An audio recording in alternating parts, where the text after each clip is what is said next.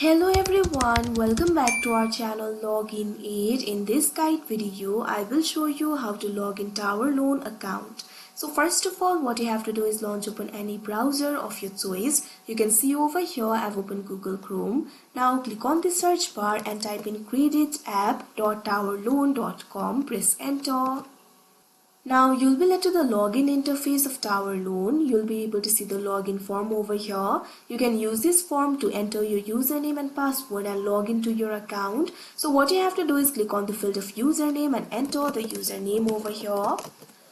Likewise, click on the field of password and enter the password. If you want this browser to remember you, check on this box remember me. Now after you enter the credentials, click on the login option that you can see on the screen and you'll be logged into your account.